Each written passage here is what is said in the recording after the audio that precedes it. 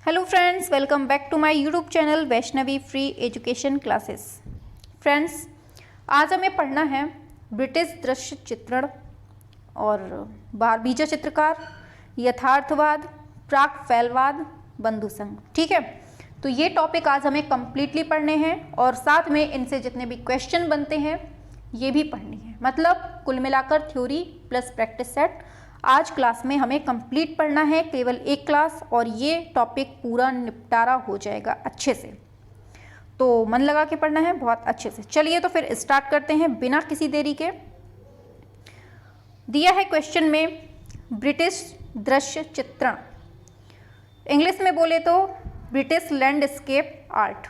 ठीक है, तो स्टार्ट करें। सभी लोगों को जोड़ लीजिए जल्दी से। हाँ, good morning, good morning, good morning. चलिए चलिए चलिए चलिए चलिए स्टार्ट करते हैं। पहला पॉइंट आता है दृश्य चित्रण। इसका विशेष महत्व है किसमें? इंग्लिश चित्रण परंपरा में। ठीक है, याद रखिएगा, बहुत इंपॉर्टेंट है। दृश्य चित्रण का विशेष महत्व किसमें है? इंग्लिश चित्रण परंपरा में। ठीक है, आगे बढ़ते हैं। देखिए ये चित्र दिया हुआ है, बहुत इंपॉर्टेंट है। इस चित्र से बहुत क्वेश्चन बनते हैं। ठीक है, देख लीजिए।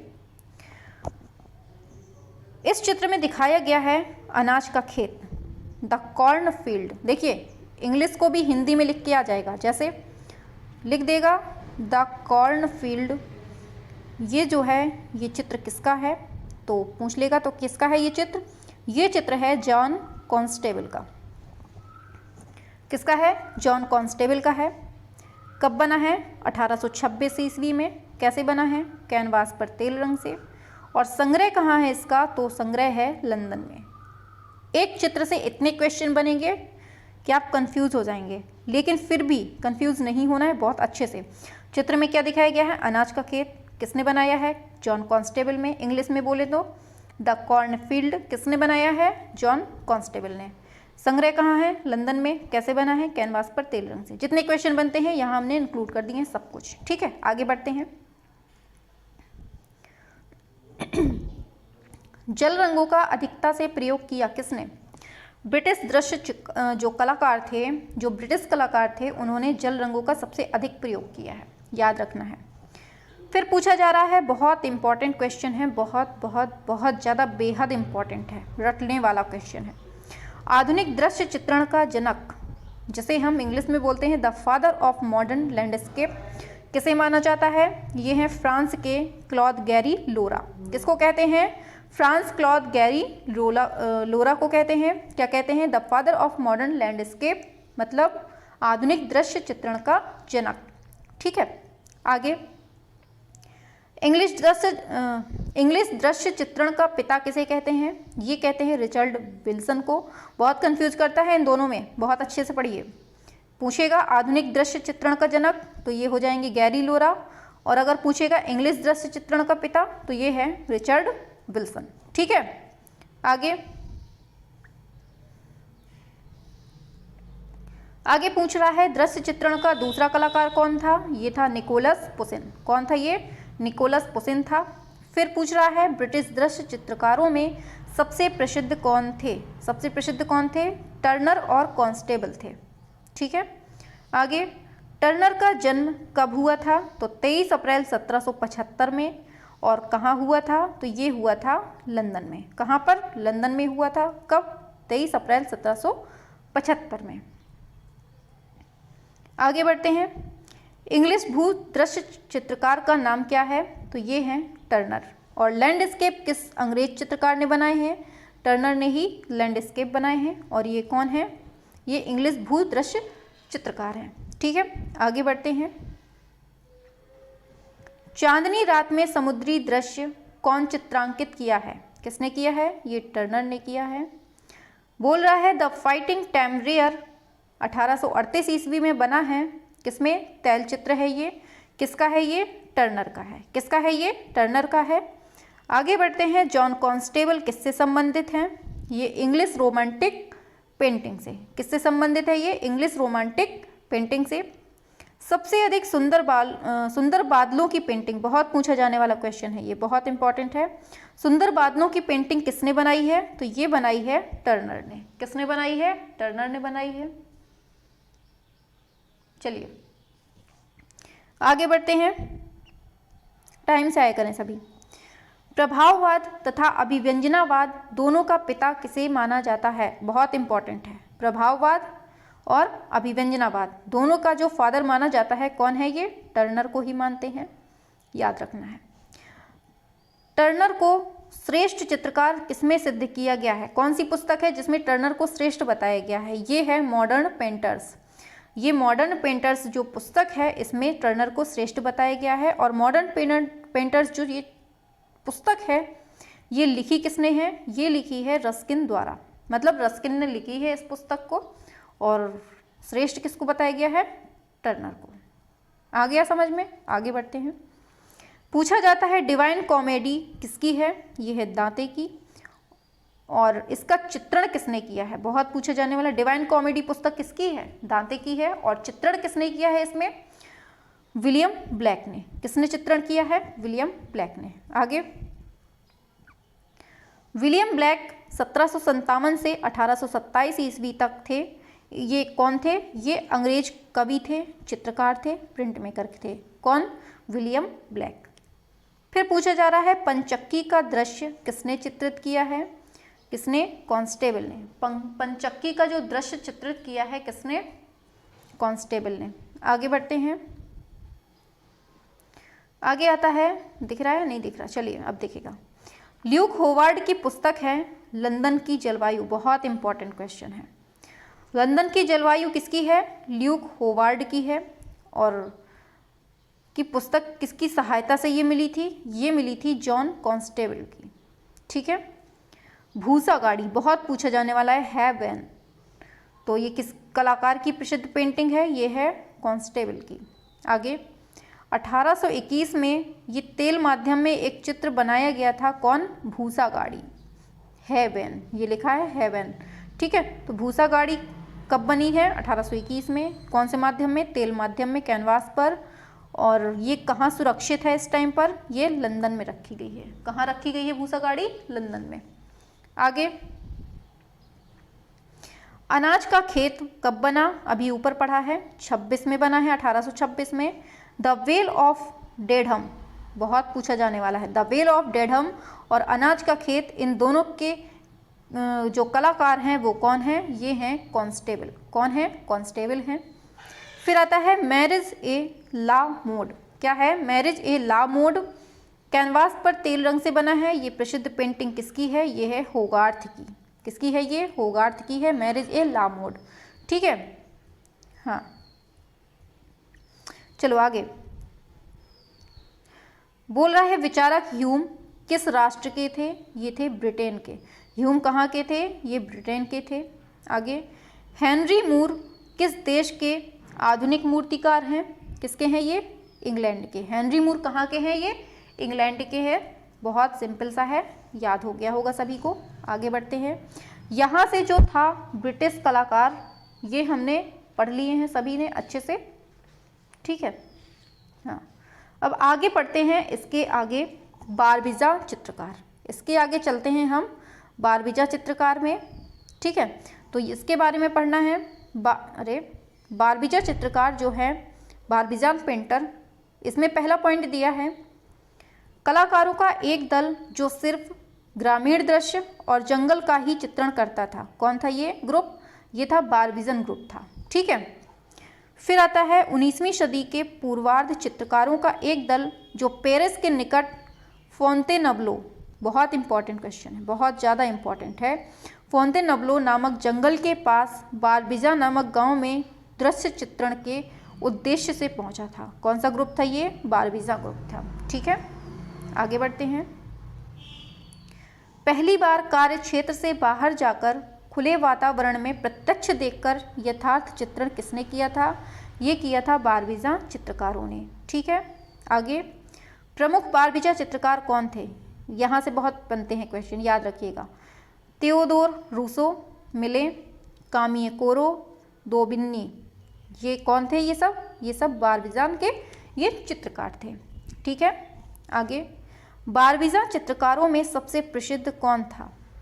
थियोडोर रूसो जो है ये चित्रकारों में सबसे ज़्यादा फेमस था। फिर पूछा जा रहा है ओक का वृक्ष ये किसने बनाया है? ओक का वृक्ष किसने बनाया है? ये इन्हीं ने बनाया है, थियोडोर रूसो ने। ओक का वृक्ष किसने बनाया है? थियोडोर रूसो ने। ठीक है, चलिए आगे। चलिए, पछोरने वाला आदमी बहुत पूछा जाने वाला है। पछोरने वाला आदमी, बीज बोने वाला आदमी और कुदाली वाला आदमी और खान मजदूर, ये जो कलाकृतियां हैं ये किसकी हैं? ये हैं मिले की। पछोरने वाला आदमी, बीज बोने वाला आदमी, कुदाली वाला आदमी और खान मजदूर, ये किसकी हैं? ये सब मिले की हैं। ठीक है, आगे बढ़ते हैं। कामीय कोरो क्या है? कामीय कोरो का प्रसिद्ध चित्र कौन सा है? ये है मोती पहने हुए स्त्री। क्या बोल रहा है? मोती पहने हुए स्त्री किसका है? कामीय कोरो का प्रसिद्ध चित्र है। ठीक है, आगे बारबीजान स्कूल और दोमिय ने किन लोगों को चित्रण का विषय बनाया था? ग्रामीण, निर्धन और सर्वहारा। ग्रामीण, निर्धन, सर्वहारा। तो यहाँ से हमारा बारबीजान भी कंप्लीट हो जाता है। तो आपने क्या देखा कि बारबीजान के जो चित्रकार थे वो टोटली मतलब प्रकृति पर निर्भर थे। मतलब ग्रामीण दृश्य बनाया है, जंगली मतलब जंगल का दृश्य बनाया है, टोटल मतलब प्रकृति पर इनके चित्र थे। ठीक है, अब हम आगे बढ़ते हैं। इसी क्रम में आता है यथार्थवाद। पढ़ते हैं यथार्थवाद, रियलिज्म के बारे में, बहुत अच्छे से समझिएगा। आगे बढ़ते हैं। आता है यथार्थवाद का जन्म कब हुआ था और कहाँ हुआ था? तो कब हुआ था? 1850 में। और कहाँ पर? फ्रांस में। इतना याद रखना है, 1850 में फ्रांस में किसका जन्म? यथार्थवाद का। ठीक है, आगे चलते हैं। तो आगे आता है, ये चित्र दिया हुआ है, देख लीजिए अच्छे से।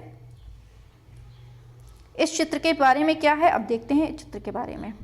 तो देखिए ये चित्र जो है इसमें क्या दिखाया गया? द पेंटर्स का स्टूडियो दिखाया गया है। द पेंटर्स स्टूडियो कब बना? 1855 ईस्वी में। बनाने वाला कौन है? ये है गुस्ताव कुरबे।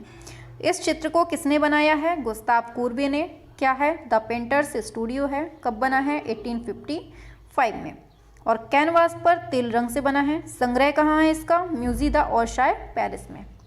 कहाँ पर है संग्रह इसका? म्यूजी द ओरशाय, पेरिस में। ठीक है, चलिए आगे बढ़ते हैं। आगे आता है पॉइंट, यथार्थवाद का प्रारंभ हुआ था किसकी कला से? दोमी की कला से। यथार्थवाद की प्रमुख विचारधारा का आधार क्या था? ये था सामाजिक भेदभाव। यथार्थवाद का मतलब जो यथार्थवाद ये चल रहा था इसमें टोटली हमें समाज के बारे में पता चलता है। ठीक है, याद रखना है। बारबीजान से कहाँ था? प्रकृति का, और यथार्थवाद से सामाजिक भेदभाव का पता चलता है। ठीक है, और ब्रिटिश से तो हमने देख ही लिया, जल कलर, मतलब यही सब देखने को मिल रहा था सबसे ज़्यादा, पानी वाले कलर का। ठीक है, आगे कौन सा चित्रकार केवल श्रमिकों का चित्रण ही कला के लिए सर्वश्रेष्ठ विषय समझता था? कौन? कुरबे। आगे किस आधुनिक कलाकार ने सर्वप्रथम अपनी स्वतंत्र एकल प्रदर्शनी आयोजित करने की परंपरा स्टार्ट की? बहुत पूछा जाने वाला क्वेश्चन है। किसने की थी? कुरबे ने सबसे पहले अपनी स्वतंत्र एकल प्रदर्शनी आयोजित करने का परंपरा स्टार्ट करी थी। ठीक है, हाँ आगे बढ़ते हैं। आता है वर्ष 1850 ईस्वी की पत्थर तोड़ने वाले स्टोन ब्रेकर्स किस कलाकार की कृति है? यह है कुरबे की। पत्थर तोड़ने वाले ये किसकी कलाकृति है? यह है कुरबे की है। आगे कुरबे की कौन सी कृति द्वितीय विश्व युद्ध के दौरान नष्ट हो गई थी? ये विश्व युद्ध लिखा है, नष्ट हो गई थी। कौन सी? पत्थर तोड़ने वाले। तो क्या बोल रहा है? कुरबे की कौन सी कृति नष्ट कर दी गई थी? पत्थर तोड़ने वाली। और ये जो कौन से विश्व युद्ध में हुई थी? ये सेकेंड विश्व युद्ध में, याद रखिएगा। आगे तीसरी श्रेणी का रेल डिब्बा ये किस कलाकार के द्वारा निर्मित है? ये है दोमी के द्वारा। किसके द्वारा? दोमी के द्वारा। फिर आता है रात्रि के दृश्यों में परछाइयों का नाटक किसके चित्रों में अंकित मिलता है? किसके चित्रों में? ये है दोमीय के चित्रों में। ठीक है, बढ़े आगे, चलिए आगे चलते हैं। आगे आता है कौन सा यथार्थवादी चित्रकार के साथ साथ सुप्रसिद्ध व्यंग्य चित्रकार भी था। तो ये जो दोमीय है ये दो टाइप का था, एक तो चित्रकार था और साथ में व्यंग्य चित्रकार था, मतलब यथार्थवादी भी था और साथ में व्यंग्य चित्रकार भी था। कौन? ये दोमीय, इसके नाम में ही दो चीज़ लिखी हैं। फिर आता है दो वकील, किसकी है? जैसा उसका नाम है वैसे ही उसने बनाए हैं, दोमीय की है क्या? दो वकील है। आगे बढ़ते हैं। आगे आता है कैनवास पर तेल माध्यम में अंकित तथा म्यूसी द ओरसाय पेरिस में सुरक्षित चित्र द पेंटर्स स्टूडियो 1855 ईस्वी का है। कलाकार कौन है इसके? कूर्बे हैं। कूर्बे ने बनाया है द पेंटर्स स्टूडियो। कहाँ संग्रह है? पेरिस में। कब बना? 1855 में। किस माध्यम में है? कैनवास पर तेल माध्यम से।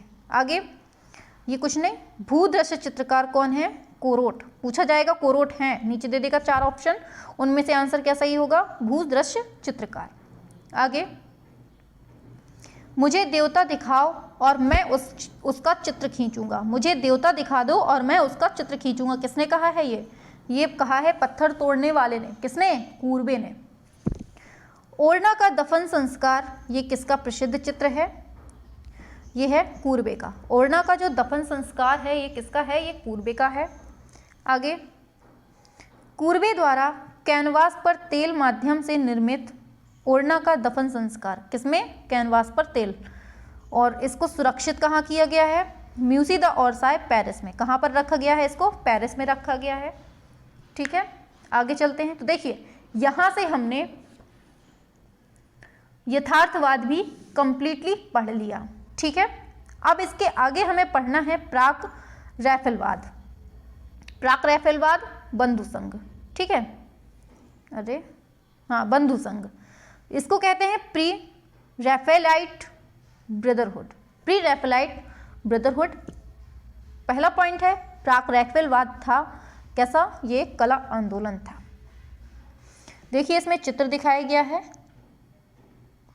चित्र में क्या है? चलिए बताते हैं नीचे क्या है चित्र में। ये द हियरलिंग शेफर्ड इसमें दिखाया गया है। द हियरलिंग शेफर्ड कब बना है? 1851 में। और बनाने वाले भाई साहब कौन है? William Holman Hunt. कौन है? विलियम हॉलमेट हंट जो है, इन्होंने इसको बनाया है द हियरलिंग शेफर्ड को। कब बना है? 1851 में। देखिए स्लो नहीं चलेंगे, फास्ट चलेंगे। ठीक है, एनर्जी मेरी वेस्ट हो रही है इसलिए आराम से पढ़ते जाइए बस। ठीक है, हाँ आगे 1848 ईस्वी में प्राक रैफेलवाद की स्थापना कहाँ पर होती है? इंग्लैंड में। पहला क्वेश्चन मिल गया। किसने की थी? ये की थी हॉलमेट हंट ने। किसने? हॉलमेट हंट ने, जिसने अभी ऊपर हमने चित्र देखा है वो भी उसने बनाया है। क्या बनाया है? The hireling shepherd. कब? 1851 में, अभी ऊपर देखा है जस्ट। फिर पूछा जा रहा है कुमारी का लड़कपन। क्या बोल रहा है? कुमारी का लड़कपन। ये चित्र किसका है? ये है रोजेटी का। किसका चित्र है? रोजेटी का है। देखिए यहाँ पर जितने भी क्वेश्चन, मतलब जितने भी पॉइंट दिए हैं सीधे सीधे एग्जाम में छपने वाले हैं और बहुत सिंपल से, मतलब इतने अच्छे से हम एक एक कोना में हाथ डाल रहे हैं कि कहीं से भी क्वेश्चन यहाँ से छूट कर नहीं जाएगा। देखिए शाम को जो क्लास होती है 7 बजे, उसमें हम पूरा प्रैक्टिस सेट कंप्लीटली पढ़ा देते हैं बहुत अच्छे से। सारा जितना भी चैप्टर वाइज चल रहा है शाम को 7 बजे 20 या 21 चैप्टर कंप्लीटली हमने पढ़ लिए हैं एक शाम वाली क्लास में। जो ना देखे हो बहुत अच्छे से देख लीजिएगा, प्लेलिस्ट बना दी है। ठीक है, और जो सुबह हमारी 8 बजे क्लास होती है, सुबह 8 बजे होती है, उसमें हम थ्योरी वाला जो अभी चल रही है, इसमें हम थ्योरी वाला सेक्शन लेते हैं। थ्योरी और मतलब थ्योरी पढ़ाते हैं पहले, फिर उससे जितने भी क्वेश्चन बनते हैं वो करवा देते हैं। ठीक है, तो हमारा मतलब कुल मिलाकर मेन जो मोटिव है हमारा ये है, मेन जो हमारा मोटिव ये है कि अगर एग्ज़ाम में क्वेश्चन कहीं से आ रहा है तो कहीं से भी छूटने ना पाए। मतलब हम हर कोने को टच करेंगे जहाँ से क्वेश्चन बनता है। ठीक है, तो जो शाम को 7 बजे क्लास में आते हैं वो तो बहुत अच्छी बात है, जो नहीं आते हैं वो ज़रूर आएँ शाम को। ठीक है, और जो सुबह पढ़ते हैं वो तो आते ही हैं, जो आते हैं। ठीक है, जो नहीं आते हैं वो भी आया करें, ठीक है। लेकिन मैं सोच रही हूँ कि जो सुबह 8 बजे क्लास होती है अपनी, जो अभी चल रही है, इस क्लास को बंद करके केवल शाम को एक क्लास चलाएं, जिसमें हम केवल प्रैक्टिस सेट चलेगा, केवल शाम को प्रैक्टिस सेट चलेगा। उसी में जहाँ पर आपको कोई भी टॉपिक में प्रॉब्लम हो आप हमें कमेंट कर दो, तो हम उसी टॉपिक को अच्छे से कंप्लीटली पढ़ा देंगे शाम को। तो हम सोच रहे हैं केवल एक क्लास कर दें, क्योंकि सुबह वाली जो क्लास होती है उसमें बच्चे नहीं आते हैं। तो कैसा करना है आप लोग कमेंट पर बताओ। चलो क्वेश्चन की तरफ बढ़ते हैं। पहला क्वेश्चन दिया है, इंग्लैंड के प्रमुख भू दृश्य चित्रकार का नाम क्या है? Constable, Tiepolo, William Hogarth, Pissarro. अभी पढ़ा है ऊपर जस्ट, बताइए क्या होता है? इंग्लैंड के प्रमुख भूदृश्य चित्रकार का नाम क्या है? सभी लोग करें फास्ट। आंसर सही होता है ऑप्शन ए, ये है कॉन्स्टेबल। सभी का पहले से ही आ गया। चलिए, जॉन कॉन्स्टेबल संबंधित हैं किससे? Rococo, baroque, high Renaissance, English romantic painting से। जॉन कॉन्स्टेबल किससे संबंधित हैं? तो इनका संबंध जाता है इंग्लिश रोमांटिक पेंटिंग से। नेक्स्ट दिया है, किसे ल्यूक होवार्ड की कृति लंदन की जलवायु से प्रेरणा मिलती है? टर्नर, कोरो, कॉन्स्टेबल, टिशियन।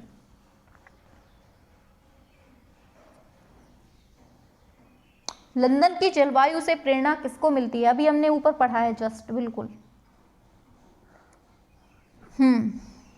सबसे पहली बात, लंदन की जलवायु जो कृति है ये है किसकी? ल्यूक होवार्ड की है। और किसको प्रेरणा मिलती है इससे? कॉन्स्टेबल को। ऑप्शन सी सही होता है, कॉन्स्टेबल।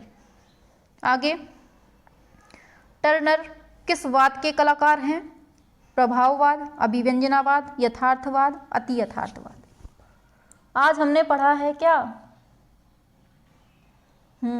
यथार्थवाद आज पढ़ा है। तो ये किससे संबंधित है? यथार्थवाद से।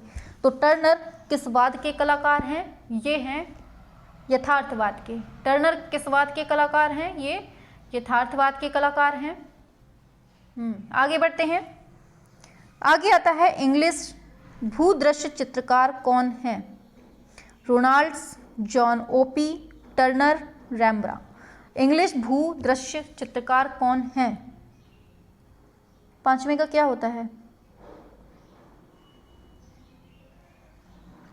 ऑप्शन सी सही होता है, ये है टर्नर। ऑप्शन सी बिल्कुल सही होता है, ये है टर्नर। देखिए, सुबह वाली क्लास जो है ना, उसमें अच्छे से आप लोगों का रुझान नहीं दिख रहा है।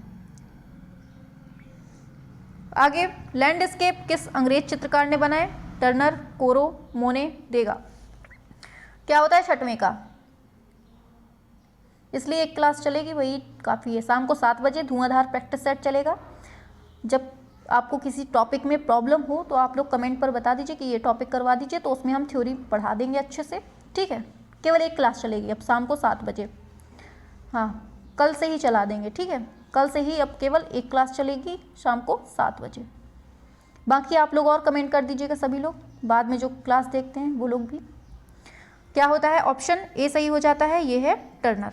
आगे बढ़ते हैं। आगे आता है, चांदनी रात में समुद्री दृश्य, ये इसको चित्रित किसने किया है? कॉन्स्टेबल, टर्नर, गोया, पिकासो। किसने किया है?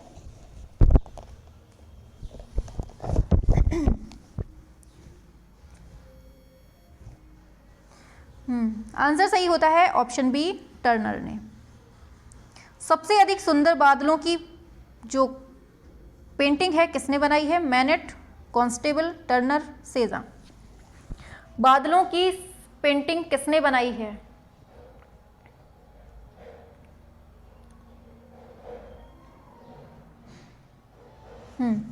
ऑप्शन सी सही होता है, ये है टर्नर ने।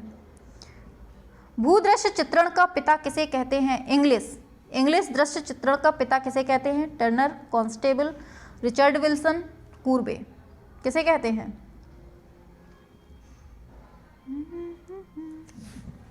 बताइए।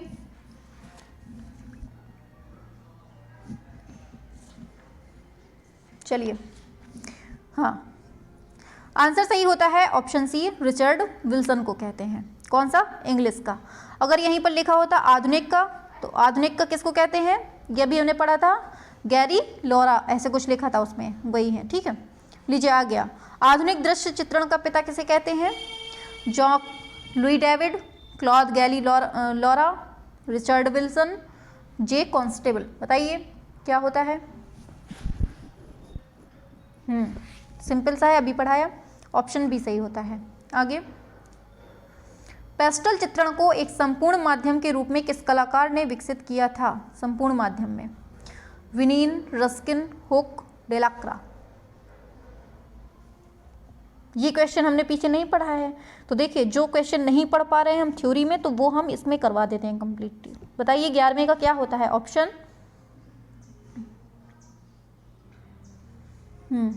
ए सही होता है, जोसेफ विनीन। ठीक है, आगे, किस पुस्तक में टर्नर को श्रेष्ठ चित्रकार सिद्ध किया गया है? Modern painter, symposium, divine comedy, London की जलवायु। किसमें?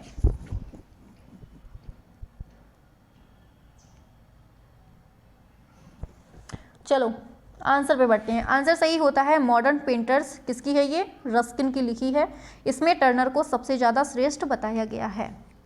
आगे, उछलकर लांघता हुआ अश्व का चित्रण किसने किया है?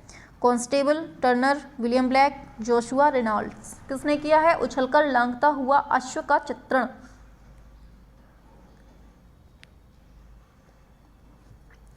कॉन्स्टेबल। किसने किया है? ऑप्शन ए, कॉन्स्टेबल ने। विवेनहो पार्क 1816 ईस्वी में कैनवास पर तेल से बना है। इसका संग्रह कहाँ है? वॉशिंगटन में। किसका चित्र है? बताइए। विवेनहो पार्क, कुर्बे, मूर, कोरो, दोमिए। ऑप्शन ए सही होता है, गुस्ताव कुर्बे का है। आगे, द मर्चेंट ऑफ वेनिस किसने लिखा है? Rabindranath Tagore, Thomas Gray, Shakespeare, Wordsworth. 15वें का क्या होता है?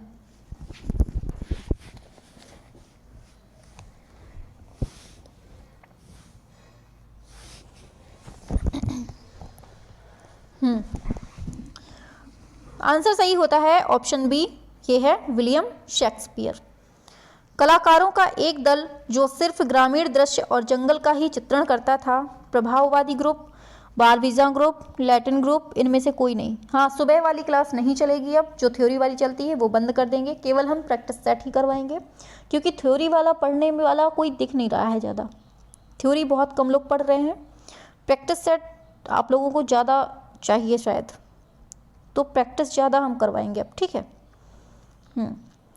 बाकी और कमेंट आप लोग कर दीजिएगा, बाद में बता दीजिएगा। बताइए आंसर क्या होता है 16वें का?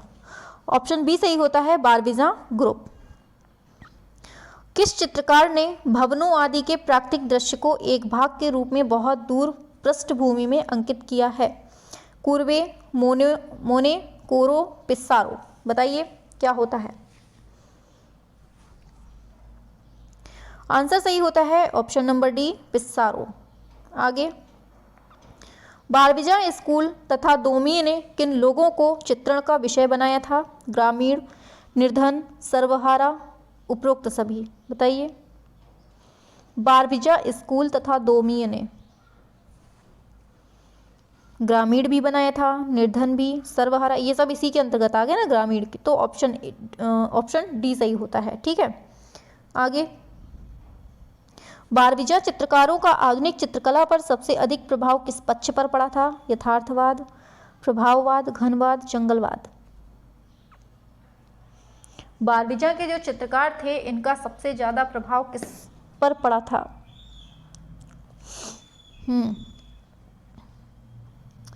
सही होता है ऑप्शन नंबर ए, यथार्थवाद। ठीक है, ऑप्शन ए पर।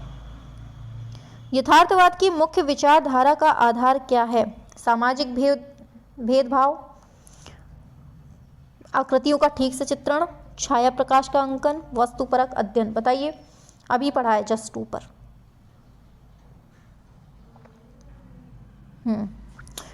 ये सही होता है, यह है सामाजिक भेदभाव।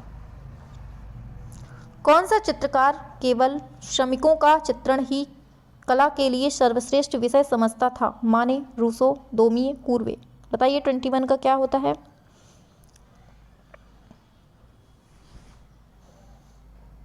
केवल श्रमिकों का चित्रण ही सर्वश्रेष्ठ मानता था। ये हैं कुर्वे भाई साहब। कौन है? कुर्वे। बढ़े आगे, चलिए। 12वीं चित्रकारों के पश्चात ग्रामीणों और श्रमिकों का चित्र किस आंदोलन का विषय वस्तु था? यथार्थवादी, प्रभाववादी, घनवादी, फासीवादी। 22।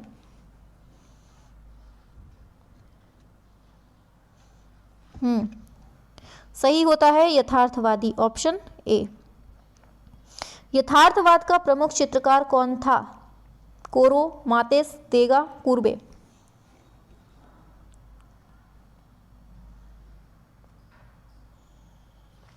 हाँ, ऑप्शन डी सही होता है, कुर्वे। आगे, किस आधुनिक कलाकार ने अंतर्राष्ट्रीय चित्र प्रदर्शनियों के मुकाबले में अपनी स्वतंत्र एकल प्रदर्शनियां आयोजित करने की परंपरा आरंभ की थी? देलाक्रे, कुर्वे, माने, सेजा। 24।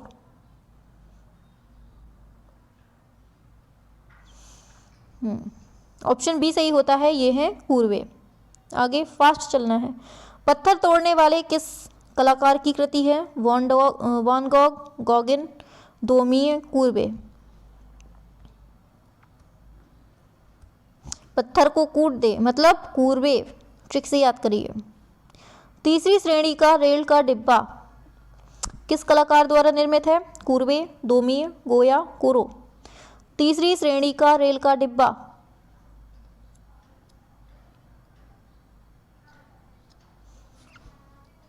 दो के बाद क्या आता है? 3। तो डोमिए की क्या है? 3 श्रेणी का रेल का डिब्बा। ट्रिक से याद करेंगे तुरंत याद हो जाएगा, भूलती नहीं है ट्रिक, दिमाग में आई जाती है एग्जाम में। रात्रि के दृश्यों में परछाइयों का नाटक किसके चित्रों में अंकित मिलता है? भगवान रे, रात में परछाइयों का नाटक। गोया, डोमिए, देगा, लौत्रिक। 27 क्या होता है? परछाइयों का नाटक। कितनी परछाई दिखी? 2 परछाई, मतलब डोमिए सही होता है, परछाइयों का नाटक। आगे, कौन सा यथार्थवादी चित्रकार के साथ साथ व्यंग्य भी था? कौन था जो यथार्थवादी चित्रकार भी था और साथ में व्यंग्य चित्रकार भी था? कुर्वे, मातेस, डोमिए, कोई नहीं। दो चीजें किसके अंदर थीं? डोमिए। आगे, 2 वकील किसकी कृति है? कुर्वे, देगा, पिसारो, डोमिए। बताइए, उसमें खुद ही 2 लिखा है, किसकी है ये? डोमिए की है, ऑप्शन डी सही होता है। आगे, द पेंटर्स स्टूडियो का कलाकार कौन है? बताइए, माने, मोने, Kurve, Picasso. The painters studio.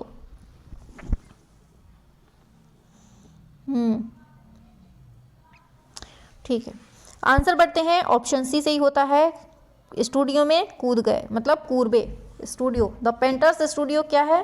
Kurve. कौन भूदृश्य चित्रकार था? कुर्वे, कोरोट, डोमिए, देगा।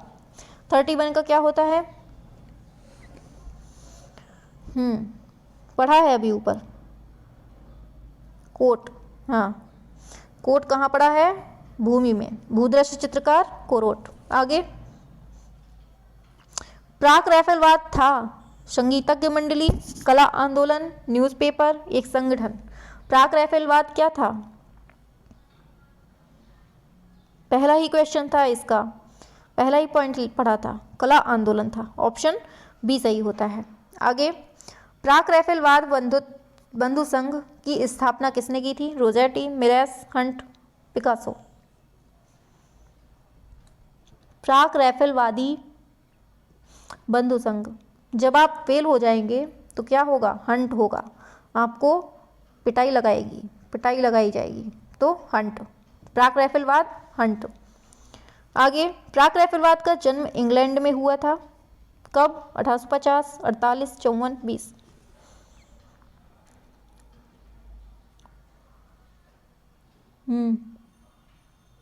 कब? 1848 में।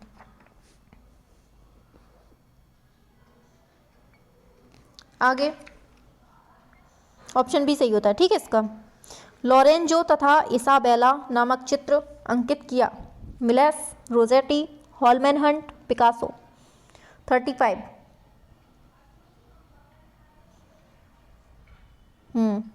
आंसर सही होता है ऑप्शन ए, मिलेस। बेल से मिलने जाएंगे, मिलेस, ठीक है। रोजेटी ने हंट के स्टूडियो में अपना पहला चित्र किस शीर्षक से बनाया था? रोजेटी ने पूछा है हंट के। सोती हुई वीनस, कुमारी का लड़कपन, मैडोना, यूरोपा। बताइए, सिंपल सा है। ऑप्शन बी सही होता है, यह है कुमारी का लड़कपन, option B. Next, the origin of the world कब बना है? 1866 ईस्वी में। किसमें? कैनवास पर तेल से। पेंटिंग किसकी है ये? दोमी, गुस्ताव कुर्बे, माने, Picasso. The origin of the world, बताइए। 37। वर्ल्ड में ओरिजिनल क्या होता है? मम्मी की कुटाई, तो कूबे, ठीक है। Courbet the original of the world. आगे, the seven lamp of the architecture 1849 में बना है। ये पुस्तक किसके द्वारा लिखी गई है? बताइए। 38।